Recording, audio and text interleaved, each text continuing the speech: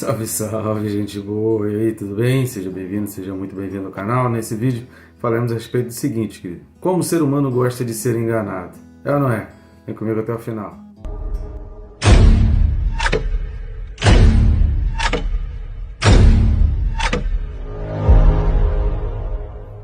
E a gente vai, antes de pensar sobre isso, não deixe de se inscrever, né? Tá assistindo o vídeo?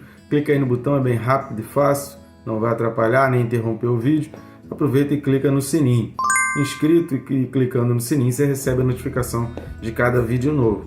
Nós temos também vídeos aí para você utilizar nos seus encontros de célula, vídeo com músicas de letras também. Então nosso canal tem bastante coisa interessante para abençoar a tua vida, abençoar o teu encontro de célula também agora. Se você ainda não curtiu, não comentou, então faça esse favor aí, curta, comenta, compartilha. Curtindo e comentando no próprio YouTube já mostra o vídeo para mais pessoas de maneira orgânica, e compartilhando você encaixa esse vídeo aí dentro do seu hall de amizades. E assim a gente vai levando a palavra de Deus para toda criatura, e eu conto contigo nessa missão que Deus nos concedeu. Vamos junto então? Texto desse vídeo, Apocalipse capítulo 13, e o versículo é o 13. Apocalipse 13, 13 diz assim: também opera grandes sinais, de maneira que até fogo do céu faz descer a terra diante dos homens. Então 13, 13, aquele número do azar duplamente falado, e que vai retratar aqui exatamente essa figura do falso profeta. Como que a gente sabe que esse personagem aqui falado, dessa besta que emerge da terra, é o falso profeta? Tem alguns textos que falam sobre isso, tem um texto de Mateus que a gente vai ler, mas em Apocalipse mesmo, a gente vai ver, por exemplo, no capítulo 16, 13, então Apocalipse capítulo 16, versículo 13, que diz assim: então vi sair da boca do dragão, da boca da besta e da boca do falso profeta, 3 espíritos imundos semelhantes a rãs. Então a gente vê em Apocalipse 16, 13, a configuração e a confirmação da trindade satânica. O fato de haver uma trindade satânica e a gente saber, pelo que a gente já está acompanhando aqui no livro de Apocalipse, que o diabo vem tentando imitar Deus em tudo, já é uma revelação de que há uma trindade divina, senão o diabo não tentaria imitar e fazer igual e tentar enganar os homens com algo que não existe em Deus. Então, a própria evidência da existência da trindade satânica já esclarece para nós que há uma trindade divina. Também podemos ver em Apocalipse 19 e 20. Aqui em 16, 13 fala da trindade, em Apocalipse 19 e 20 vai fazer a menção exatamente a esse que está descrito aqui em Apocalipse 13, a partir do versículo 11, como um falso profeta. Então Apocalipse 19 e 20 vai dizer da seguinte maneira: mas a besta foi aprisionada, e com ela o falso profeta, que com os sinais feitos diante dela, seduziu aqueles que receberam a marca da besta e eram os adoradores da sua imagem. Então repare aqui o entrelaçar de 3 informações. Os sinais feitos, que é exatamente isso que a gente está vendo aqui em 13:13, seduziu aqueles que receberam a marca da besta, que é o que a gente vai ver a partir do próximo vídeo, e os adoradores da sua imagem. Então, os sinais feitos diante dela estão no vídeo anterior. Se você não assistiu, assista o vídeo anterior, no versículo 12, que fala que exerce toda a autoridade da primeira besta na sua presença. Então, Apocalipse 19 e 20 vai fazer esse link exatamente para que a gente compreenda que essa figura aqui é a do falso profeta. Mas tem também o capítulo 20, versículo 10 de Apocalipse, que vai detalhar melhor esse personagem, que fala assim, Apocalipse 20, 10. O diabo, o sedutor deles, foi lançado para dentro do lago de fogo e enxofre, onde já se encontram não só a besta, como também o falso profeta, e serão atormentados de dia e de noite pelos séculos dos séculos. E agora a gente precisa dar uma ida lá em Mateus capítulo 24, porque a respeito desses sinais que vem sendo falado aqui, em Apocalipse 13, 13, diz que o falso profeta, agora que nós já conseguimos fazer essa identificação, ele também opera grandes sinais, de maneira que até fogo do céu faz descer a terra. Esse também opera exatamente o indicativo dessa imitação, dessa tentativa de imitação do poder de Deus. E isso fica mais evidente quando fala que até fogo do céu desce. Esse até fogo do céu desce é uma menção exatamente aos feitos das 2 testemunhas, que era uma coisa bem recente, visto que a mesma geração que está sendo seduzida aqui pelo falso profeta foi a geração que contemplou as duas testemunhas e que presenciou tudo aquilo que as duas testemunhas estavam falando. Então, descer fogo do céu é algo que a gente vai observar que eram sinais feitos pelas duas testemunhas e que eram sinais feitos também, como descritos na Bíblia, por Elias, por exemplo, que haviam feito isso.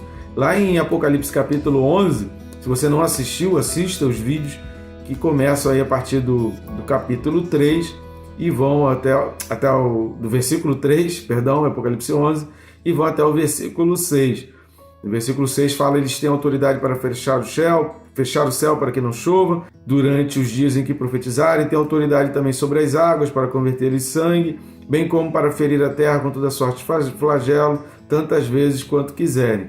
Quando tiverem então concluído o testemunho que devem dar, a besta que surge do abismo pelejará contra elas, e as vencerá, e as matará, e o cadáver ficará retirado na praça, que se chama Sodoma. No versículo 5 vai falar que saía fogo da sua boca, que devorava os inimigos ao seu redor e que não causavam-lhe dano. Então, os sinais feitos aqui pelo falso profeta faziam menção às duas testemunhas, que era algo recente, mas também traziam aquele mesmo aspecto para dar exatamente o sentido para o povo judeu. A gente precisa prestar atenção que o povo cristão mesmo já não está mais presente aqui. O mundo que está presente aqui é o que não teve o seu nome escrito no livro da vida. E para a gente ter um nome escrito no livro da vida, precisa de arrependimento, de confissão de pecados e de lavar o nosso corpo através do Espírito Santo, receber o Espírito Santo. Então, aquilo que a gente falou de toda aquela figura que representa o tabernáculo, que é o sacrifício, o derramamento de sangue, ou seja, o arrependimento de pecado, a confissão, o arrependimento de pecado, o reconhecimento da cruz de Cristo, do sangue de Cristo que nos lava, o batismo através do Espírito Santo, a inserção no Espírito Santo, receber o Espírito Santo, então passar pelo arrependimento de pecados e receber uma nova vida. Então não adianta você entender que Jesus morreu por você se você não quer ter a nova vida que Ele está pronto para te dar. Então Pedro, depois você dá uma lida nas cartas de Pedro, que Pedro vai falar isso. Não pode um cão, uma vez ter vomitado, ele ir lá no seu vômito e comer de novo. Então, quando você entende que você tem pecado, que a tua vida está suja, que o Jesus morreu por você, mas você não sai dessa vida, você está voltando ao vômito e você está se alimentando do próprio vômito. Você está comendo e vomitando, e comendo o vômito e vomitando o que você comeu, e está nesse ciclo com o mesmo alimento, que é as coisas que você está vendo que estão ruins, você está botando para fora, mas você quer colocar para dentro. Então a bacia, lavar-se na água, que é aquele segundo passo ali para a entrada no Santo dos Santos, esse lavar significa querer a nova vida, desprezar a sua vida antiga, entender que essa sua vida antiga não estava te conduzindo ao céu e querer uma nova vida. Então não basta entender que Jesus Cristo morreu por você se você não quiser a nova vida. E aí, depois dessa nova vida, é que vem o santuário, que a gente entra na presença de Deus. Então, esses são os passos para a gente entrar na presença de Deus. O mundo aqui eram pessoas que não estavam dispostos, não reconheciam pecados, não entendiam o pecado, não estavam dispostos a uma nova vida em Cristo, estavam envolvidos em si mesmos, no hedonismo, na pederastia, pornografia, lascívia e promiscuidade, e voltado dentro desse ciclo humanista, que a gente vai falar mais sobre isso nos próximos 2 ou 3 ou 4 vídeos aí, a gente vai falar bastante a respeito disso. Então era esse mundo que não tinha um nome escrito no livro da vida, exatamente por não ter passado pela remissão de pecados. Então esse era o povo daqui. Agora essa sedução ela vem para os judeus, e para os judeus que tinham muito na mente a figura de Moisés e de Elias, que descia fogo do céu, o fato dele fazer descer fogo do céu trazia esse engano e arrastava judeus para ele. Então, indo lá para Mateus capítulo 24, a partir do versículo 15 de Mateus 24, Jesus ele vai falar a respeito da grande tribulação, que é esse período aqui em que a gente está descrevendo aqui, Apocalipse 13, a partir aí do versículo 11. Melhor dizendo, logo depois que as duas testemunhas, então, elas sobem aos céus, né? Elas ficam 3 dias e meio mortos, e aí depois elas ressuscitam, sobem aos céus, dizendo que o diabo não tem poder sobre a vida deles e que a vida deles está nas mãos de Deus e que ninguém pode contra o poder de Deus. Então, Mateus 24, Jesus vem falando sobre isso, e ele vem falando no versículo 15, quando vier o abominável da desolação, de que falou o profeta Daniel, no lugar santo, quem lê entenda. Então aqui o abominável, esse aqui está lá em Daniel 9, 27 e Daniel 11, 31. Então se você ler Daniel 9, Daniel 11 e 12, então leia os capítulos 9 e o capítulo 11 e 12 de Daniel, você vai ver a respeito aqui desse abominável, do lugar da desolação, que é exatamente aquele lugar que a gente está vendo lá em Apocalipse capítulo 13. Mas o que eu quero ver aqui é a partir do versículo 23 aqui de Mateus 24, que vai dizer o seguinte: então se alguém vos disser, eis aqui o Cristo, ou ele ali, não acrediteis, porque surgirão falsos cristos e falsos profetas, operando grandes sinais e prodígios para enganar, se possível, os próprios eleitos. Vede que vô-lo tenho predito. Portanto, se vos disserem, eis que ele está no deserto, não saiais, ou ele no interior da casa, não acrediteis. Porque assim como o relâmpago sai do oriente e se mostra até o ocidente, assim há de ser a vinda do Filho do Homem. Onde estiver o cadáver, aí se ajuntarão os abutres. O que Jesus está falando aqui em Mateus 24, nesse texto que a gente leu, que vai do 23 até o 28. Jesus está falando que nos últimos dias, antes de surgir o falso profeta, haveriam falsos cristos que também operariam sinais. Sinais, nem sempre, queridos, são coisas grandiosas demais, mas são coisas que as pessoas começam a apontar e ver aquelas pessoas ali como referência. Então, o que Jesus está falando é que é o seguinte: na volta dele, quando ele voltar, você não precisa estar se deslocando para ir atrás de profetas. Onde você está será visível. E onde você está, se você tiver que ser arrebatado, você vai ser arrebatado. Agora, o pano de fundo disso que Jesus está narrando aqui em Mateus 24 é exatamente o pano de fundo que a gente vai ver em Mateus 13, onde as pessoas não estarão mais concentradas em Cristo, estarão preocupadas demais com sinais e maravilhas, correndo atrás de sinais e maravilhas. Esse tipo de pessoa, e aí vamos juntar aqui cronologicamente o que está descrito em Mateus 24 com o que está descrito em Apocalipse 13. Em Mateus 24, Jesus ainda está falando para o povo que é cristão, para que não se deixe enganar, porque Jesus vai falar, se possível, enganaria até os escolhidos, porque tem muita gente com o coração arrependido, tem muita gente com boas intenções, com vontade de estar nos caminhos do Senhor, mas que acabam se deixando enganar. Então Jesus está fazendo aqui um alerta para o povo que é cristão. Então, cronologicamente, ainda não é esse tempo de Apocalipse 13, é aquele tempo que a gente falou lá do arrebatamento, de Apocalipse 7, Apocalipse 6, 7, 8, que nós já falamos, assista os vídeos aí que nós já comentamos a respeito disso. Então Jesus está falando assim, não vos deixe enganar, porque surgirão falsos cristos e falsos profetas. Agora, os falsos cristos e os falsos profetas, Jesus está predizendo, ele está anunciando, ele está avisando, porque são ainda figuras simbólicas, figuras ainda que vão prefigurar o falso profeta. Por quê? O falso profeta também vai operar sinais e maravilhas. Mas diante dos sinais do falso profeta, a igreja já não estará mais presente. Agora, só vai ter sido arrebatado, querido, aquele que não se deixou enganar pelos falsos cristãos, falsos cristos e falsos profetas.